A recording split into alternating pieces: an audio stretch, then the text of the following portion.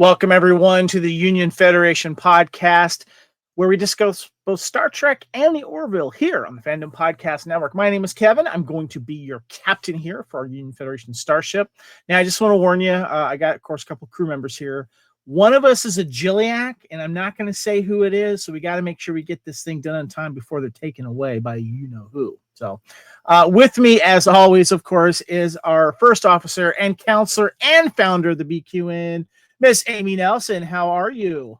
Well, hello. I hope I'm not the Jilliac. Oh my goodness. Must be that other crew member. Yeah. I don't know if we ever found out who, but we'll find out. Anyway, with us too, always, of course, is my brother from another mother, a co-founder of the Fandom Podcast Network, Captain and Security Weapons Officer, Mr. Kyle Wagner. What's going on, buddy?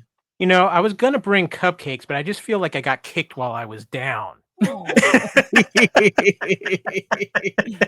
no, tractor beam coming in. All right, guys, I'm excited because, first of all, this is the second episode of our Orville Crew Profile Limited Series podcast. Last week we did Talla Keyali, and this week we're doing Lieutenant Talla Keyali, played by Jessica Szohr. This is episode 210, Union Federation. Here on the Fandom Podcast Network, also found on the BQN. And of course, we love talking the Orville. As I mentioned, we're going to be covering all of the main cast members here in this limited series. As I mentioned, Talla Keyali was our first one that we did last week. We're doing Talla Keyali now. Next, we're going to be doing John Lamar, Gordon Malloy, Commander Bortis, Claire Finn, Isaac, Commander Kelly Grayson, Captain Ed Mercer, and the last episode is going to be our recurring guest stars, special guest stars, and Star Trek alumni. So, but before we hold on and talk about Lieutenant Talla Keyali, we got some other stuff that happened previously on the Union Federation. And of course, as I mentioned last week, we did Talla Keyali, played by Halston Sage. That was a fun one to kind of get things going, right? Right, Counselor Amy? Yeah, it was just so good to be talking Orville again. Like, we love, we love Star Trek, but my goodness, we gotta talk Orville. Yeah. And previously, too, recently, Star Trek released a new movie on Paramount Plus exclusively, and that was Star Trek Section 31. We gave our thoughts on that. Recently, too, we had a fun time wrapping up season 5 and the final season of Star Trek Lower Decks. So make sure you check that out. And coming out in March, by the way, is the full series out on Blu-ray Steelbook. So make sure you check that out as well. And previously, we had a wonderful time returning to Star Trek TNG, where we talked about all of the 2-part episodes. So, but first, let's go ahead and get into our Orville shuttle mission.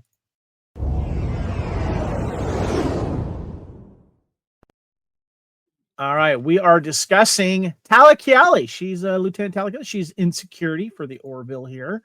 And we got some information on her. It's just full disclosure, we go to the Orville Fandom Wikipedia here. Talla Keyali is a Zelayan lieutenant commander in the Planetary Union. She grew up in a military family before joining the Union. She served as an ensign security officer on the USS Wilson in 2416 and became chief of security of the USS Orville in November of 2420, replacing interim security chief Tharl. Thank God. A lieutenant at the time of her assignment to the Orville, she was promoted to the rank of lieutenant commander approximately 1 year later. Early life, Talla described her family as a bunch of black sheep, unlike the majority of her race, who typically shun the military while pursuing the sciences and art. Talla hailed from a long line of Zelayans who served in the military. Talla's parents forced her to learn the Pelpifa, a musical instrument, while in school. Quote, "It was pretty much the whole reason I never got laid." Now, before I go on, I want to touch on you guys here because obviously we talked about the other Zelayan that got replaced, of course. But her family, black sheep, as she said, were part of the military. Amy, start with you. Your thoughts on that? Yeah, I found this very interesting because, we had just watched Home, where Talla was almost shunned and looked down upon by her family You mean and Catan, friends. right? Yeah. Yeah. Yeah, sorry. And because that she was serving in the military. And so then we get this, completely opposite in Talla, where her entire family's serving. So it's very interesting, sort of the commentary on the Zilayans as a people. Yeah. What are your thoughts on that, Kyle? I think it was a great idea to bring in somebody who was such a stark contrast to Alara, even though she is Chilean. I think it was the necessary step, and I think it made to me it. I'll be honest with you. I think it made her that much more interesting, and especially how we are introduced to her. She talks about punching out the captain, everything with that, and I think because of her background and what they did with her, in ways they were able to do a little bit more in-depth things with her, especially right out of the gate compared to what they could do with Alara. And I really think it made it to where it was less of it was actually more of a seamless transition from Alara to Keyali. And I think that decision really helped with that. Well, you mentioned referenced this punching of the captain here. Talla had also recalled that she once served under a male captain on a Union vessel that was badly damaged in a skirmish with the Krill. This person may have been Captain Mosley. A Genesee cruiser answered her ship's distress call, a fiercely matriarchal species, totally dismissive of any and all males who appear to be dominant. But the crew did not know the cruiser was Genesee until the moment the commanding officer appeared on the screen. Talla acted immediately and punched her captain in the face, knocking him unconscious and breaking his nose. The Genesee repaired the ship's power grid, but the incident was reported under Talla's official record. Now, we're going to talk about that episode where that reference is coming out to, but I thought it was kind of cool, though, that we actually meet the Genesee later in season 3. If you guys remember that or not. There was a very funny meeting at the dinner table where one of them's kind of like, look, because remember Mercer and everyone, all the males were all wearing other uniforms underneath the command, and one of them was eyeing Mercer, and I think they said something like Mercer was taken, and then Malloy's like, I'll do it. Something funny like that. But I liked how there was some connective tissue there to one of the episodes that we will, of course, be discussing. But let's go ahead and get into the Admiral's Log here for the next episode. Now, we are going to cover 2 episodes, as we always do with these characters that we talk about, the 2 that we felt that would be most fun and really kind of round out the character discussion here. And the episode that we're talking about is of season 2, episode 5, All the World is a Birthday Cake. And Amy, if you can go ahead and hit the Admiral's Log for us, we'll get going. Yeah. Well, and I think it's worth mentioning, like, we chose specifically this one because this is the introduction to her. So, yes. Yep. All right. So, the Orville detects a signal from Rhaegor 2, a planet searching for other intelligent life in the universe, and initiates first contact. They were so excited. The Rhaegorians welcome Ed, Kelly, Claire, Bortus, and the new Zilean security chief, Talla Keyali. However, when it is learned that both Kelly and Bortus have birthdays in a few days, the Rhaegorians denounce them as Gileaks, people predisposed to violence. They are immediately sent to a Gileak internment camp. Claire deduces that Rhaegorian culture is centered around astrology. Gileak is an astrological sign, and those born under it are considered potentially violent.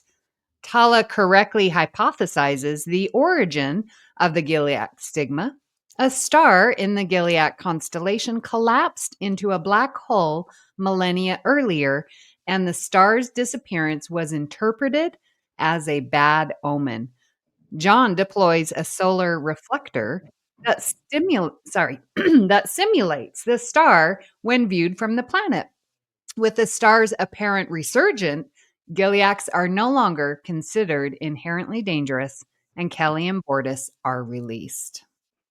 So yes, now this one is more heavy around, of course, Kelly and Bortus and the stuff that they're going through, because they get their birthdays are together, and they're labeled Gileaks, and they're thrown into prison and all that kind of stuff.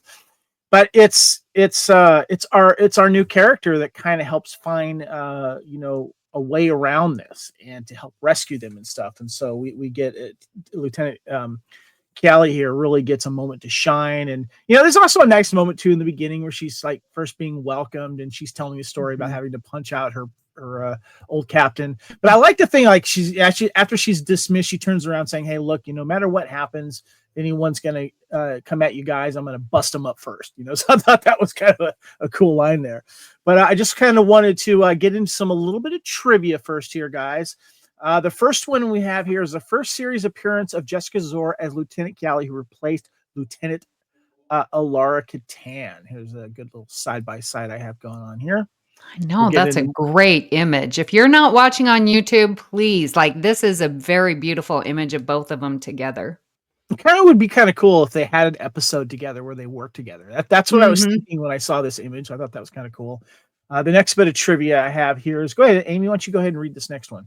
Well, yeah. So you might recognize this. The California State University at Northridge campus, which served as the stand-in for Rigor 2, was also used in Star Trek 2009 and Random Thoughts movie that came out in 1997. All right. Kyle, you want to get that last bit of trivia there? Because I want to have a short discussion about this. Yeah, this is one of the more interesting pieces of trivia. One of the Rigorian leaders tells his armed security to watch the one with the ears, plural, referring to Talla. Ironically, actress Jessica Szohr only wears one prosthetic ear for her role. The right side of her head is always covered by her hair, and her right zillion ear is never seen. It is unknown if the character is meant to have an injury or birth defect of some kind, or if this was simply done to cut down on the time and discomfort involved in getting the actress into makeup. So I'm curious about this because I watched Talla carefully in these 2 episodes, and I noticed that her hair that you see here on her, it's a wig. It's an obvious wig, and you can see like the way this kind of comes down by her ear that is exposed, and where her hairline comes down, and it definitely looks like it's put on there. But I've always noticed she never shows that right ear. If you look at it, you only see the left one. So I'm wondering what that deal is. I know the actress has 2 ears, so maybe it does cut down on it. Maybe there's something else that's going on there, or something. Maybe the character there was something written about losing an ear. So I always kind of wondered about it. Did you guys ever wonder about that, Amy? No, I just thought it was her hairstyle, but now I'm wondering about it. What about you, Kyle? I was something, and now that you bring it up, I'm kind of wondering about it. I'm going to guess it's probably a prosthetic issue more than anything.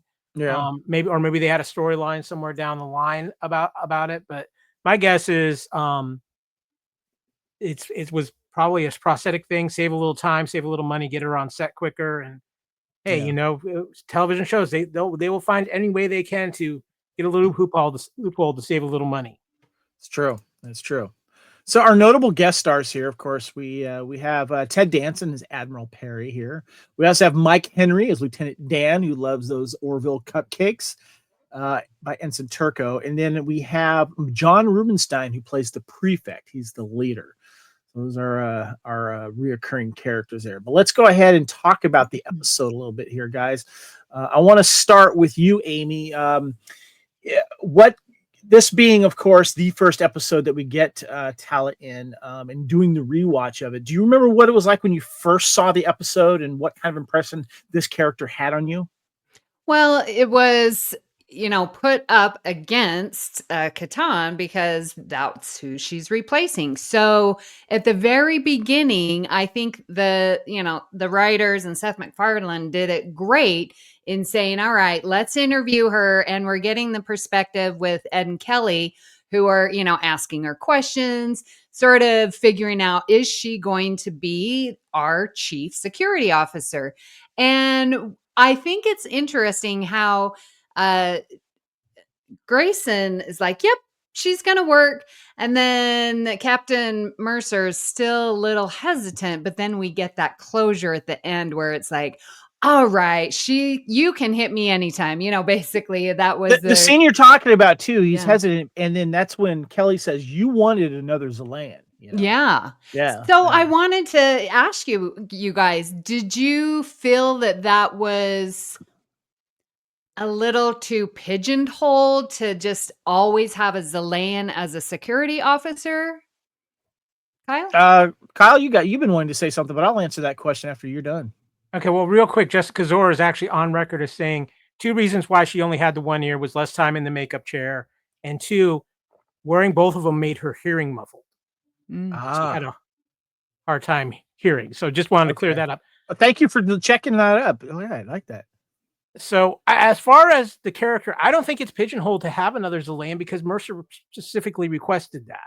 And I think it was something to where they probably had some Zelayan stories planned out. So to bring in another Zelayan, something and because Mercer wanted that aspect on the ship. He wanted what a Zelayan brought to the ship. And he just happened to get lucky enough to get somebody who, while in a experience perspective, completely different than Alara Katan and has different points of view, but somebody who just fit in with the crew in her own way, and somebody who I think that Ed instantly respected once he saw her do her work and how she was. And I think she brought a new element to the crew that really gave a dynamic that it was kind of missing. I'll be honest with you. I think it was kind of missing what the dynamic she brought to the crew. You know what? It's interesting you bring that up, Amy. That's a great question to ask because this kind of brings me back to the first episode with Alara, because I feel like there's a bigger story to tell with the relationship between the Union and Zelaya, and that obviously, we got this message that most Zelayans are peaceful and they look down on the military, but obviously there's some Zelayans that are in the military that feel differently, and that obviously they're also allies. So obviously they'll probably fight together and watch each other's backs. So what I'm really curious about, especially when she says that in an episode that we're going to talk about, that she's from a family of black sheeps. And I'm kind of curious what this military black sheep thing looks like, But I also think that another reason why, other than the strength of a Zelayan, which is obviously helpful in any mission that they'll go through, I think that Ed also feels that if any Zelayan is going to work through this kind of, not prejudiced really, but this if anyone Zelayan is going to work through the ranks, that means that they are determined and to do their job and to do it the best they can. So, do you feel that I'm still comparing to home and what Talla had to go through? Wait, am I saying the right one? What Alara had to go through. Alara had to go through. It almost felt like the Zelayans or a certain group of Zelayans were against the Union. Like, you're poaching our strength and, basically poaching our people for your use. Yeah, I could see some feeling that way, of course, but I could also see that people that living on Zelaya, they find that joining the Union, which falls under this kind of, military rank type of system, that if they really want to get out and see other worlds and explore, Right. this is one of the fast ways to fast track them, So Yeah, it's good yeah. question to bring up. All right, let's go ahead and get into the next episode here for Lieutenant Talla Keyali, played by Jessica Szohr, Admiral's Log for Deflectors. Amy? All right. Well, the Orville travels to Moklis to have a new regenerative deflectors installed. Borda's former boyfriend, Lokar, a brilliant Moclan engineer, oversees the installation. Lokar is attracted to Keyali, but says Moclan's preferring females to males is punishable crime. She agrees to keep their relationship secret. When Lokar mysteriously vanishes from the ship, the environmental simulator log shows a distorted figure disintegrating him. Evidence points to Clyden, who proclaims his innocence and only intended to report Lokar to Moclan officials after discovering his secret. Bordas tells Keyali that he knew about Lokar but never exposed him. Their conversation leads Keyali to suspect Lokar staged his own murder by altering the simulator log to frame Clyden. During a ship-wide search, Keyali finds Lokar in a shuttlecraft. concealed via its cloaking device. Lokar pleads to escape, but Keyali refuses to allow Clyden to be wrongly incarcerated. To protect his family from retaliation, Lokar declines to seek asylum aboard the Orville and instead returns to Moklis to accept punishment. Clyden later expresses gratitude to Keyali for exonerating him, but she angrily blames his intolerance for Lokar's certain fate. In other matters, after Kelly ends her relationship with Cassius, he requests a transfer to another ship. All right, let's get into some trivia here. Amy, why don't you start us off here? Because I want to have a little article about this, or a little talk Okay. about this article. So go ahead. Well, Talla Keyali's role in the whodunit plot was originally written for Alara Katan. This mirrors a series shift in the original Star Trek when series regular Grace Lee Whitney, who played Ensign Yeoman Janice Rand, quit the show halfway through the first season. 3 remaining Rand-related scripts were rewritten for interchangeable Yeoman of the Week.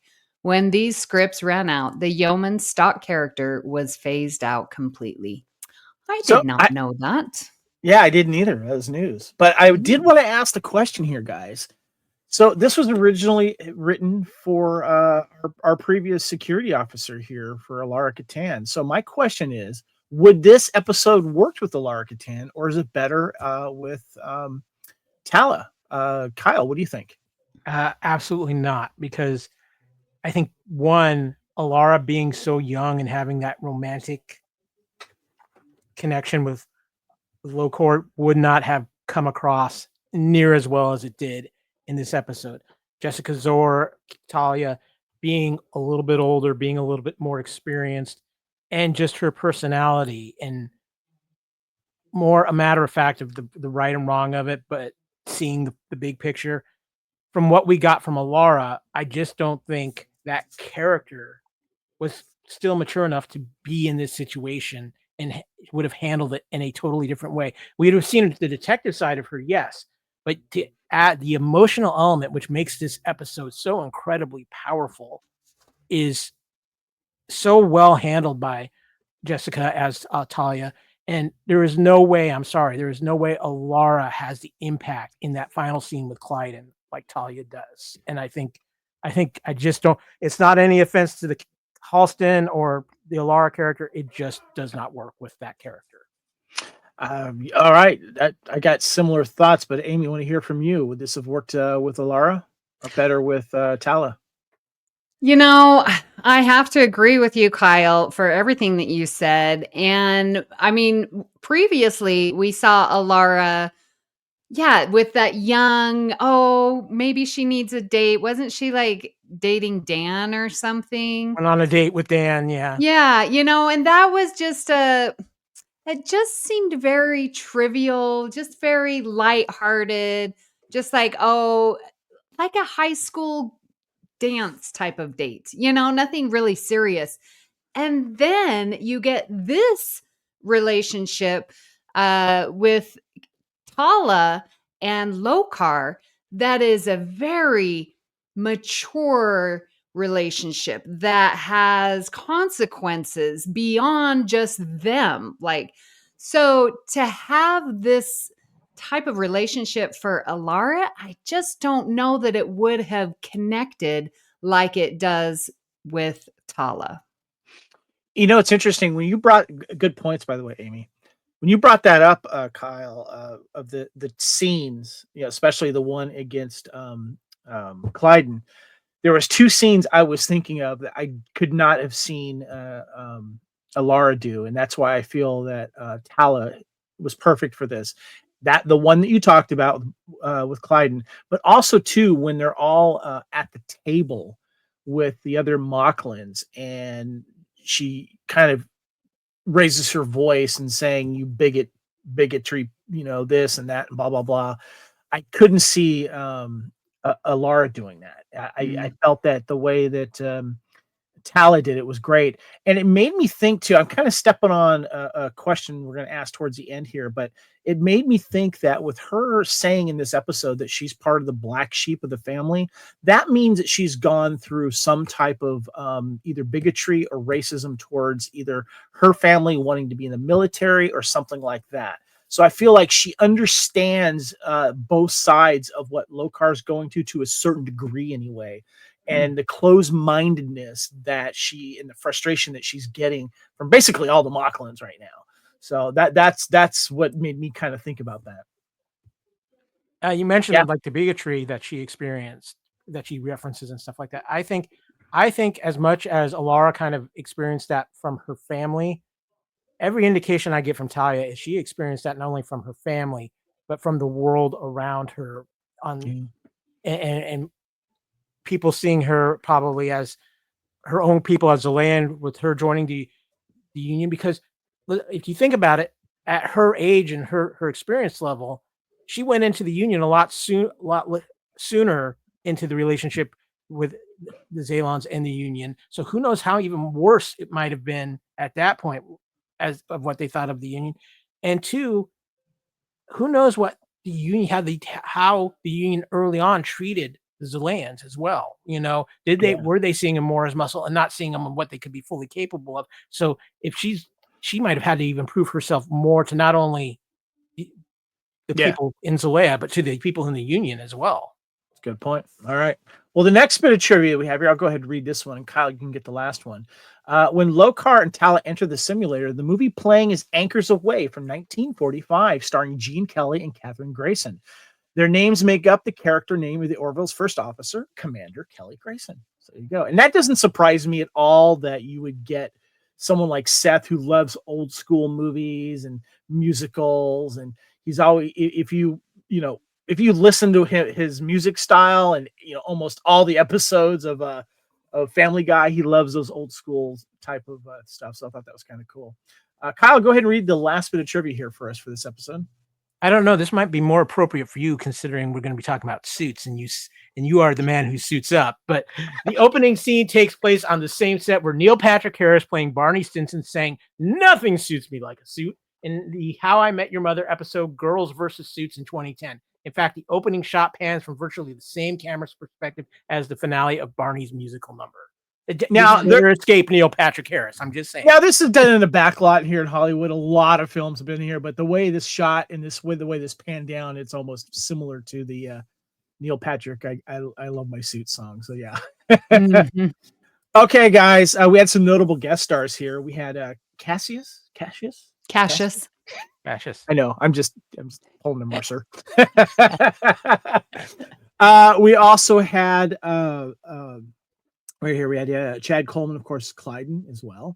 We also had Ren T. Brown as Captain Retchick, and Kevin Daniels as Lokar. And of course, we had a uncredited Bruce Willis as Grugan, the live plant.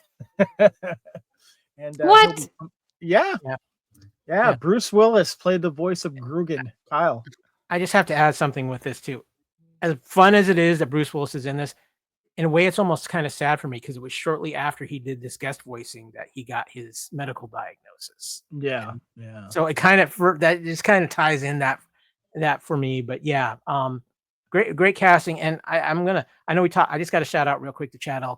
Coleman that he is a very, in my opinion, a very underrated actor, and his performance as Clyden make you want to just despise that person so much as through that and just be so irritated with that. It is an absolutely amazing performance by Chad L. Coleman. Every time he's going to be one of the characters we will highlight in the last episode of this series that had story arcs that we will have to revisit because I think he was in like 18 or 19 total episodes of this 3-season run so far. So we'll round back on that, but let's go ahead and get our episode discussion here, guys. Amy, I want to start with you. When it came to choosing episodes for Talla Keyali here, to be perfectly honest with you, there really wasn't a lot that really highlighted her. But this was an obvious one, and then of course her introductory one as well. We didn't really have one that we had as an honorable mention, which is another thing that we could talk about later on of what we'd like to see from her. But this one was definitely a good one. I love these kind of whodunits a little bit. We've had some TNG episodes that kind of similar with that, you know. But your thoughts on this episode as you know, highlighting Talla Keyali here? Yeah, I think she is a little bit grittier, if you know what I mean, compared to Alara. A little more And season two. yeah, and so her, especially with Lokar, like her decision to go into a relationship that is definitely a big no-no on his planet, you know, um, shows that she really is willing to look at the individual. And I think that sort of, we see that, you know, as she's not lumping him as all Mocklins and, you know, so I think personally she makes a very huge step and setting that her personal time different than I'm a security officer. And she gets into it with admin Lokar. with the Captain Mercer, Captain right? Ratchet? Yeah. Because he's like, why didn't you tell me you were dating? She's like, that's my personal life. Like, she's got clear boundaries. And I think that just makes her such an independent, strong woman because she definitely knows that about herself. And I really liked seeing her in a romantic, but then still a little bit in security for the ship. So I liked it. Kyle, what about you? What about this episode regarding Talla? This is actually one of my favorite episodes of the Orville. I think the storyline is fantastic. I think they really hit it out of the gate with the episodes when she first came on, and just giving her incredibly strong episodes and character establishing episodes out of the gate. And I think this one was huge because you see what her beliefs are, and you see her emotions, and you see her as the person she is, and they define it quickly but strongly, and it's so well done. And to have, I mean, I think, if I'm going to say it, I think as far as just quality episodes, I think the episodes where they deal with things with the Mocklin culture are some of the strongest episodes the Orville writes. I really think that, and to give this actress who's just brand new to the show the weight to carry this emotional and heavy enough episode right out of the gate, showed the confidence the writers had and Seth MacFarlane had in her. And I think it spoke huge. And I believe this too, that these early episodes she's in set up and made her the right security officer to do season 3, because I don't know if Alara is the right security officer for season 3 with what they go through in season 3. So I think these early episodes just did this character phenomenal, and Jessica Szohr just hits a home run out of the park. You touched on something there, Kyle, that made me think that one of the things that we loved about the Orville was the connective tissue that they lay in one episode and they string along and it resurfaces in a future episode. They did a phenomenal job with this series with that. And one of the things that's mentioned in this episode, and I can't quote him directly, but Seth MacFarlane's character says, you know, when they're starting to realize how, you know, the Mocklins deal with stuff and how they, you know, how they deal with people that, you know, like the opposite sex. And he says in so many words, I don't know how our species how much longer they're going to be able to, you know, align with their species and how this can happen. And we see what happens later on. You know, we see that, you know, the relationship between Mockless and the Union, it starts to fracture. And, you know, for these reasons. And then we see what it does to Clyden and Bortus as well. And Topa, we see what happens with that. But regarding, though, Talla in this, though, what I really liked about her in this episode was that obviously we've seen in the previous episode that she's there to help whoever it is when assigned to help, and do it in a nice kind of, you know, fun way. And the Mocklins are all very serious, but she's there to help Lokar right away and say if there's anything you need. I'm a security person. I can, help with those codes when they're doing the deflector test. And she does it with a very courteous and with a smile. And there's just a subtle scene where she starts to walk away, and he's been very serious about the whole thing and the whole test. And he looks back at her, to kind of check her out. I don't know if you guys remember that. And, and I've done that a few thousand times, but in my days. But I just thought that was kind of a little subtle scene there. And then he makes the next step though. But I want to give a shout out to Lokar, Kevin Daniels. I thought their chemistry was really done really, really nice. And she teaching him how to dance, and yes, then things kind of take the turn, and he's about to his secret's about to get out, by Clyden and stuff. So definitely a really, really good episode with Talla and her standing up for what she believes. And, she also apologizes to Bortus about, the comments that she made, which I thought was really cool because they had a little tit for tat there as well.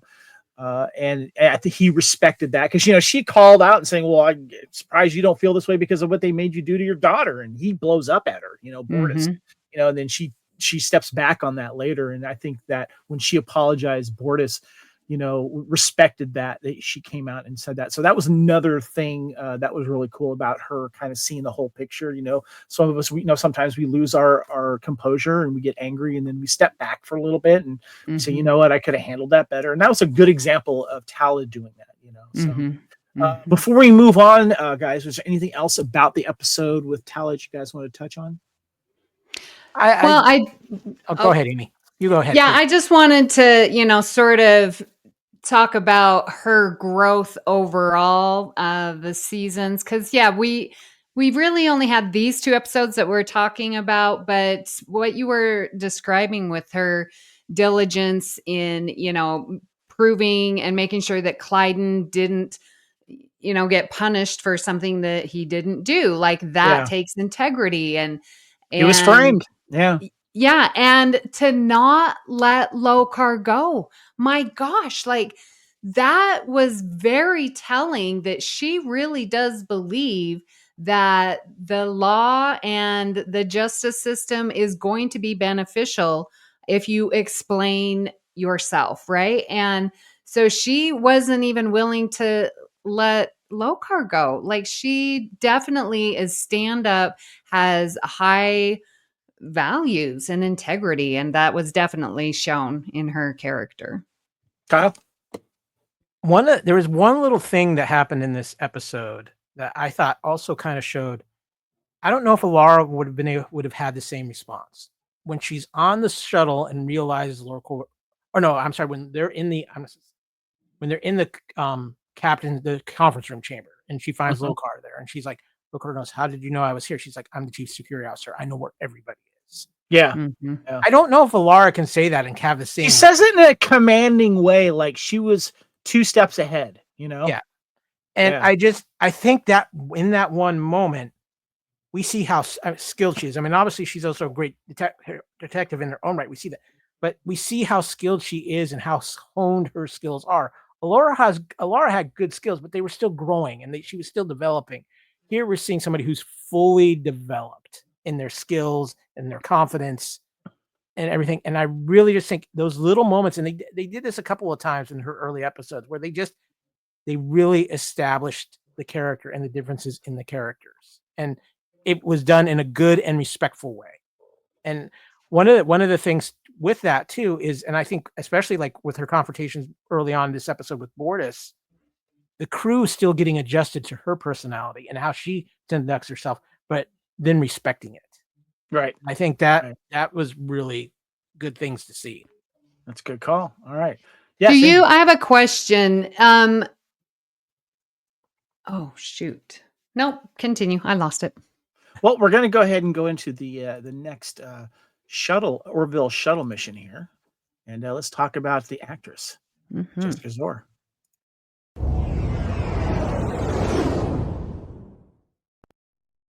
All right. We're going to talk about Jessica for a little bit here. Just Talla's played by Jessica Szohr. Now, gotta admit here, guys, I've had a crush on Jessica for a long time. Yeah. Okay. I used to be a viewer of a certain show called Gossip Girl, and she came in a little bit later, and I've been a big fan of hers for a long time. And there's a very funny movie called The Intern with a couple guys you might know, and she has a small role in that as well. A very funny movie. But let me give you some stuff here, and I got another movie I want to mention to her about. A little trivia about her is that her father is of African American European descent. Her mother, whose maiden name is Szohr, is of Hungarian, German, English, and Irish descent. Szohr is a Hungarian name. Did print modeling for Kohl's department store during high school. Once cleaned her teachers' houses to earn money. Last name is pronounced Szohr or Czar.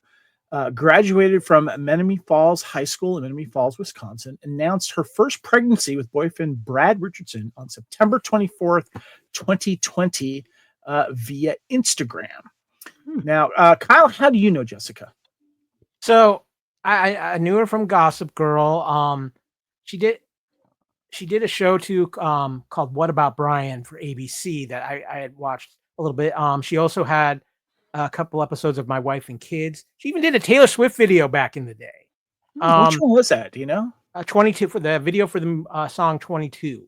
But she was also in the movie Piranha 3D. And that's right. Yep. But the great thing about Jessica is, and it was the one thing I don't think she got I'm really surprised they didn't flex more with her on the Orville. Is she's actually a very good comedic actress too. She's done some romantic comedies. She's done some things like punking. Her and Hayden Panettiere actually punked Glee actress Diana Aragon back in 2012. So she's been around, but she's never had that like big starring role. But she's so strikingly beautiful that it's hard to forget her face. I mean, she's done modeling work and things like that. But there's just something about her too that it's the way she carries herself in all of her roles, and it's just you really see it with Talla too. She just has this presence when she's on screen that's just hard to miss, and it's pretty impressive.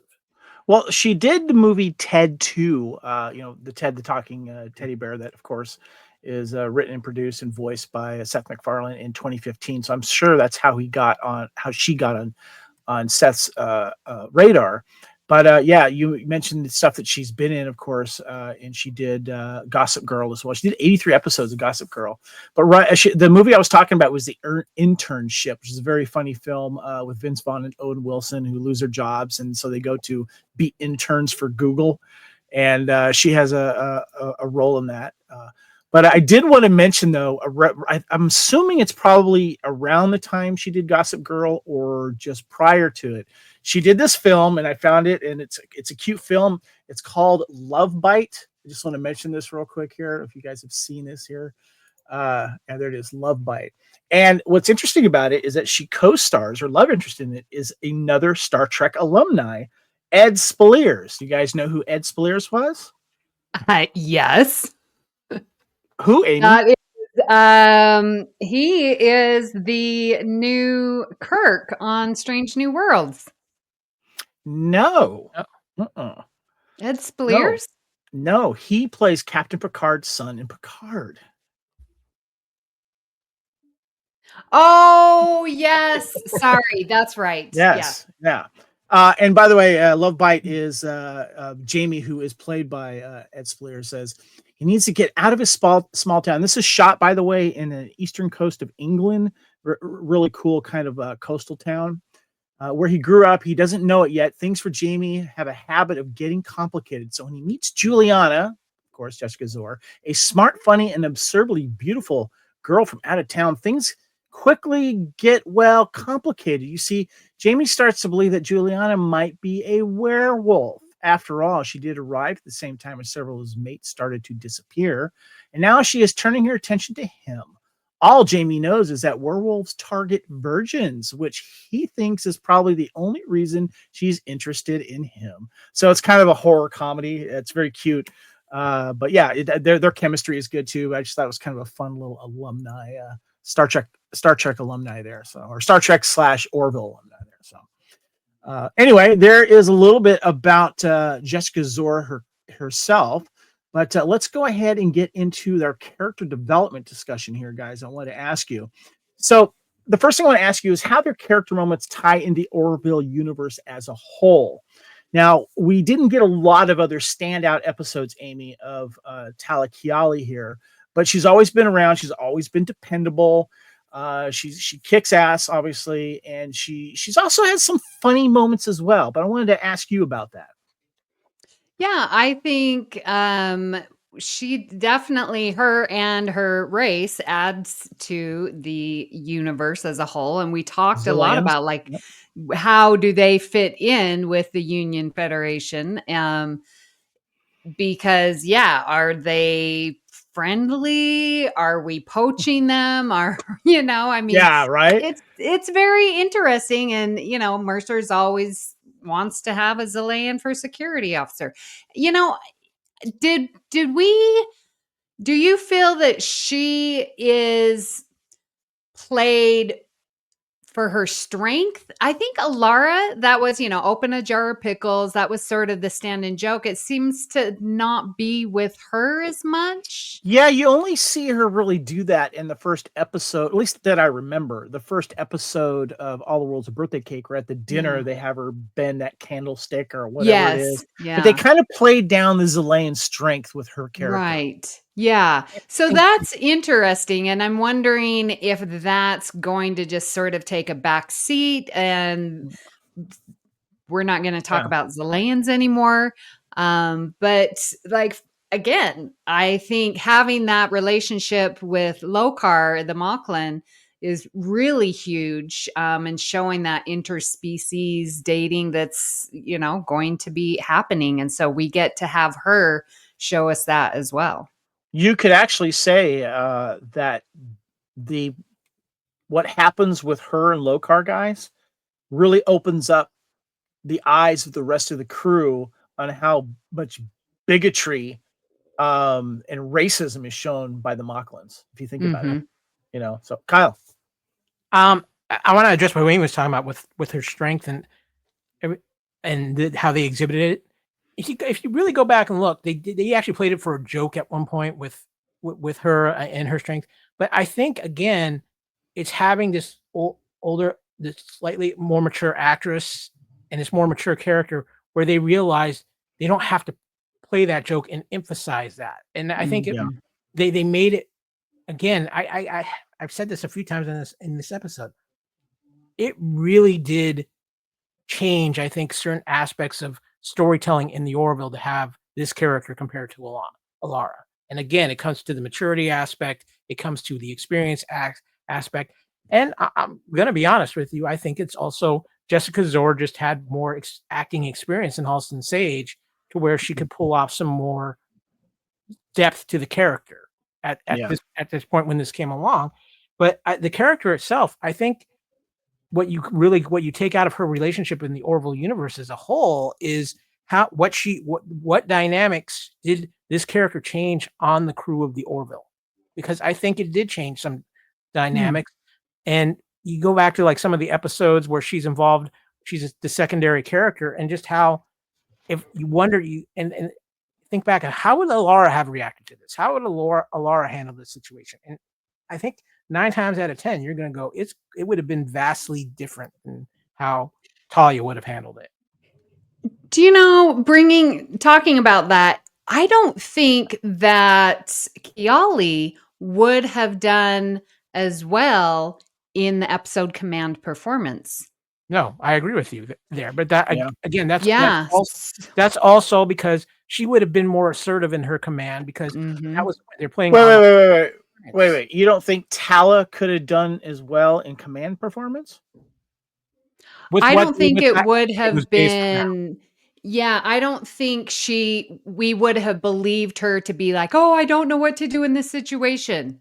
Like, I don't think from that aspect, she would know she would have known what to have done. So okay, I see what you're saying. Yeah, because if she knows how to punch out a male commander because of the species' female dominant. Yeah, no, that's a good point. Okay, I see what you're saying. That, yeah. Yeah. Well, let's touch on the next topic here about their character discussion. Here is the relationship to the rest of the Orville crew discussion, and I'll kind of set you guys up here. Now we know later on she has a relationship with John Lamar, and it's really nice they get together. But when they have sex, John gets injured. You know. And it doesn't work out because of that. And so there's some humorous moments there. But what I really liked about her character, though, was that she seemed to just kind of fit right in with the, the discussion, banter around people during the mess hall. She talked about the funny thing of not being able to get laid because she had to play a musical instrument. But the other thing, too, in this episode with Lokar, she notices the camaraderie and the closeness that both Kelly and Ed still have, and she's kind of looking at them longingly, like they had something, and they still have something, And so I like that kind of played off onto what happened with Lokar and stuff. But she seems to be one of those people that just came right in, and she just mixes with the crew right away. But I want to get your guys' thoughts on that. Kyle, start with you first. Again, you go back to dynamics. She comes in, and where Alara was kind of a little sister to Kelly, this is like my best friend, best girlfriend. Yeah, with Kelly, and you have that. She can come in and go on the fly with Malloy, Lamar on their jokes, on their thing, because she's able to. She has life experience. She's able to. So where Alara was the little sister to the crew, Keyali comes in, and I hate to say more of an equal level with them, but because but it's the only way right now in my brain I can kind of get it, is she's an equal level in maturity, and they treat her differently because of that. But it also, because of her personality and her nature, she fits right in, because she like the rest of the Orville crew is a little bit of a different mindset, a different, not a typical union officer. And that's why she fits in, because the Orville in a way is kind of a little bit, the main bridge crew is a little bit of a bit of outcasts. And that's how they come together and form their bond. And that she strengthens that by being something different than Alara, because of what she brings in her own strengths. Yeah. In that. And I think it's a tighter crew with Talia, because they're not looking out at her like a little sister like they would do with Alara. Yeah. What about you, Amy? What do you think? Yeah, I agree with you, Kyle, on that. She's more of a peer in every way, as you said, her emotional level, her command, her experience, even a security officer, and her experience in relationships, her experience in friendships, and working with a crew. And yeah, I really do like what she brings. And she is just very, again, it goes back to, she's judging the person for who they are. Like, it even pointed out that Claire and Isaac's relationship, was a stable one, and that was better, So, she's an observer, but she's also an active participant in the crew. So she fits in very, very nicely. And I think you're right, Kyle. I feel that the crew is tighter because of her influence. Yeah, that's a good call. Yeah. All right, before we wrap things up, guys, I got one last question. So we don't know if we're going to get a season 4 yet of Orville, and there's so much that they could do with her character if she returns. And the question that I want to round this out with is, if we had more episodes with this character, where would you like to see their story arc go? And I'm going to start us off here, because the thing that she says in that episode, Lokar, about saying her family is a black sheep, I would love to see an episode with her and her family, but completely different than what we saw from Alara Katan, where she had disapproving parents. I would love to see it where she came to a family, and her family's all in the military, and they're buddy, and they support each other, and they're hardcore. Maybe she loses a family member, and there's another mystery they have to solve. But I want it to be I really want to see the relationship as we mentioned in the last episode, between the Union and Zalea, and how maybe that started, or maybe there be some friction there because she has a family of black sheeps that are happy to be part of the Union or the military, as a lot of Zaleans disapprove of. So I would love to see her do that. Maybe possibly get a promotion. I don't know. But I like seeing her in a relationship. I'll be perfectly honest. I would love to see her maybe have another relationship with another, either a crew member or maybe a guest star, a reoccurring guest star. I love love, and I want to see her have a relationship. Kyle, I'm going to start with you, and then Amy, I'll hit with you last. Kyle, what would you like to see more if we get more episodes with Talla Keyali? Truthfully, I would love to see an episode. I'm like you. I want to see a little bit more of her past. Yeah, because I think, Kevin, there is a G.I. Jane type storyline with Talia. Yeah. I know where you're going at with that. Yeah. When she first gets in the Union and the obstacle she has to climb over, I would love to see a story where they bring in like a good guest star that was maybe like her training officer or something like that, or maybe the one that got punched in the nose or something. Who knows? She's got to deal with it stirs up things in her that she's got to deal with again, or make peace with. And I think there's a great story there with that character, with her, that could be phenomenal with that. And obviously too, if the direction they were going in was more with the aspect of what was coming from the deeper parts of the universe, just seeing her step up even more as a warrior type, and just seeing her be the badass she is fully capable of being. So, Amy, I'm going to set you up here. I don't know. You've said, you've heard what we said, but I want to throw another scenario out here. There is a possibility that not all of the actors could return for a role in the Orville. They might call it, the last season was called New Horizons. Maybe they get Seth back and a few other, maybe not everyone returns, but what if she were to come back in command of something, or she just kind of has a short story arc and then is gone. So that's another thing you have to consider. Is everyone going to be able to return? We'll see. So Amy, we've given you some food for thought. What would you like to see if we had more episodes with her character? Well, you are getting my juices flowing. So congrats. Yes. Okay. So one thing that I really do like seeing our characters when they're leaving is that they go back to their home planet and make their world better because of their influence here at Union Federation. So to sort of wrap up what you've all said is that maybe she comes back and is tasked to go on this away mission. So she's in control of the away team, but then ends up needing to stay home at Zalayan to help them. Maybe they got into issues with the Union Federation and she has to work things out between the two peoples. So I could see her taking control of an away mission. I would really like to see her do that, and maybe going back to her world to try and make her world a better place. Kyle, you just gave me a thought here, and I want to run by it and see what you both think. With the impending wars that have been happening, and even what they were trying to set up at the Orville with this new threat at the end of the season, what if something happens where Zalea has to learn to defend itself more? And what if she goes back with her military experience, and if her family has all this military experience, she has to develop the Zalayan army and train the Zalayan people in the ways of combat and battle.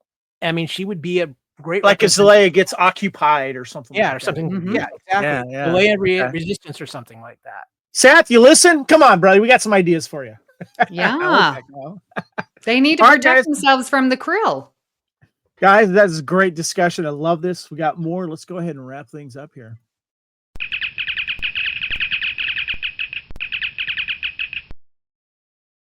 All right. We are, this is episode 210, Union Federation. This is the Orville crew profile. We're talking Lieutenant Talla Keyali, played by Jessica Szohr. Let's get your final thoughts. Amy, start with you.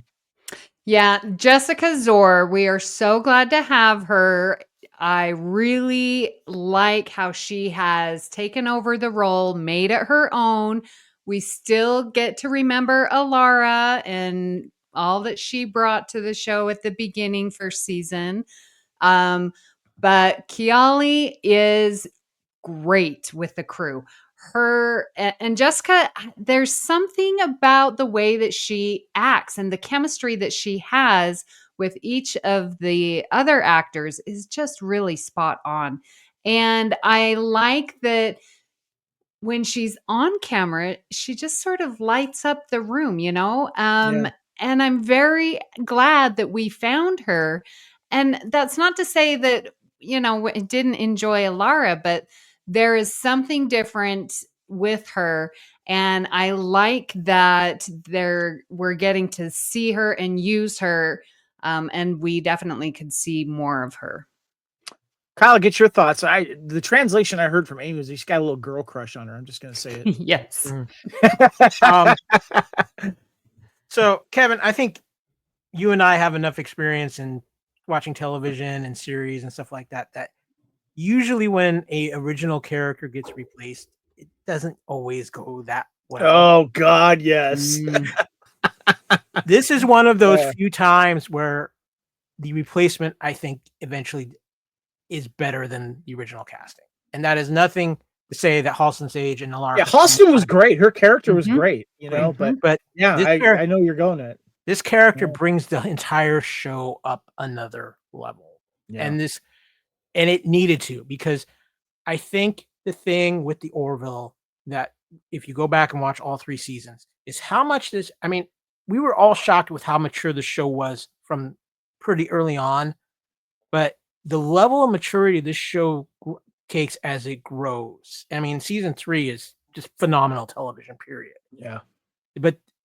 And I think the change from Halston to Jessica Szohr really is kind of a reflecting and turning point of that.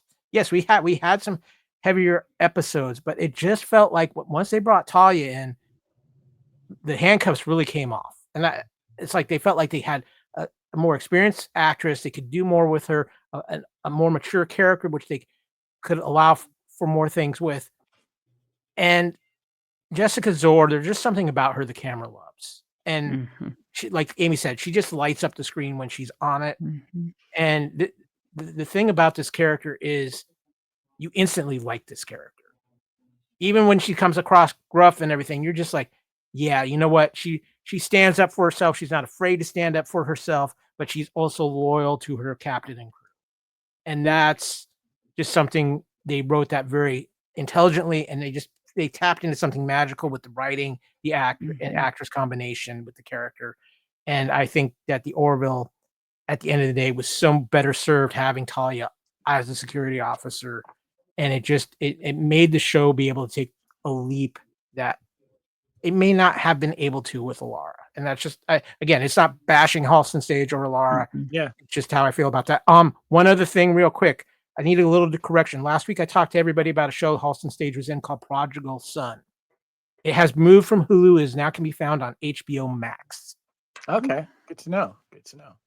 Well, the thing I've gotten all from this, I think we're all crushing on Jessica Szohr, and that's okay. So yeah, I have been for a while. So she's got beautiful eyes. Yeah, that's it. It's the eyes. But Kyle, you hit it on there. I think that the show just got elevated with her character, and the way that she just fit right in with the crew, and there's a camaraderie that she just brought right in, and could be one of the guys, one of the girls.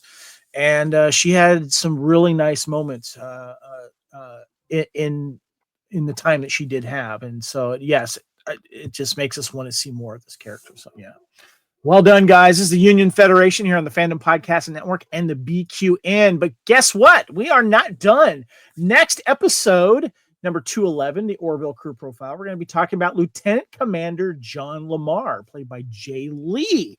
And if you guys want to listen and watch along with us, the 2 episodes that we are going to be highlighting are Season 1, Episode 7, Majority Rule.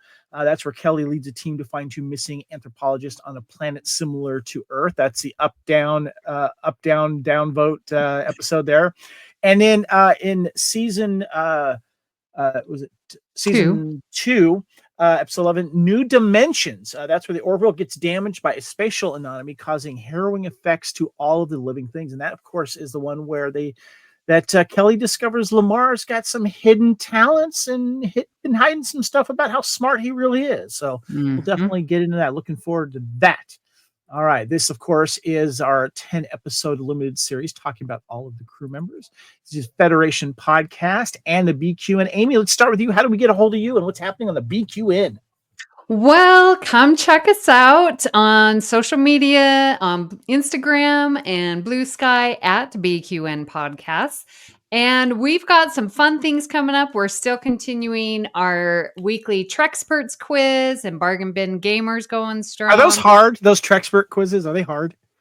They are written by Star Trek fans. If you know MC Frodo on Strange New Pod and our host Davey, they write the questions each and every week. Davey knows his stuff. I know Davey. I've been meaning to meet up with him in Australia when I go visit my wife. Yes, you should. I gotta meet up with Davey. Yeah. They are very difficult. I have been on the show 3 times and I've lost all 3 times. So. Well, that's great. So how can we get a hold of you? Yeah, well, and I want to please invite everyone. We're starting our season 3 of the View Screen. That's our Sunday morning talk show. And that's going to be on YouTube Sundays at 9 a.m. Pacific, noon Eastern. You can find me personally on Blue Sky at Counselor Amy. I am in our Facebook group. I'm getting away from Meta, but I'm still there as a host, checking in every once in a while and saying hi. Kyle, how can we get a hold of you, sir? You can find me all over the place on all the different social medias. You can find me on Facebook, of course, on all the Fandom Podcast Network group pages. You can find me on Blue Sky at @KyleW. You can find me on Twitter at @KyleW. You can find me on Instagram and Threads at @KyleFandom. Awesome. Oh, my name is Kevin. You can find me on all of the socials at Spartan_Phoenix. And of course, we've also moved over to Blue Sky as well. You can find me at Spartan Phoenix at Blue Sky. Instagram, of course, you can find Union Federation on X. You can also check out our Union Federation and Star Trek Orville Facebook group, where we got a lot of fun discussion talking about the Orville and Star Trek. Make sure you check us out there. So anyway, guys, before I go, give a little shout out to TeePublic. Please support us there. You can find a Union Federation t-shirts there. You can find, I even got this Orville t-shirt there on TeePublic. But if you buy any of the Federation, any of the Fandom Podcast Network logo shows, we get a little kickback. It helps us out. So make sure you support TeePublic and support us. Make sure you do that. This is the Orville, and this is episode 210, talking about Talla Keyali, played by Jessica Szohr. Amy, thank you so much, as always.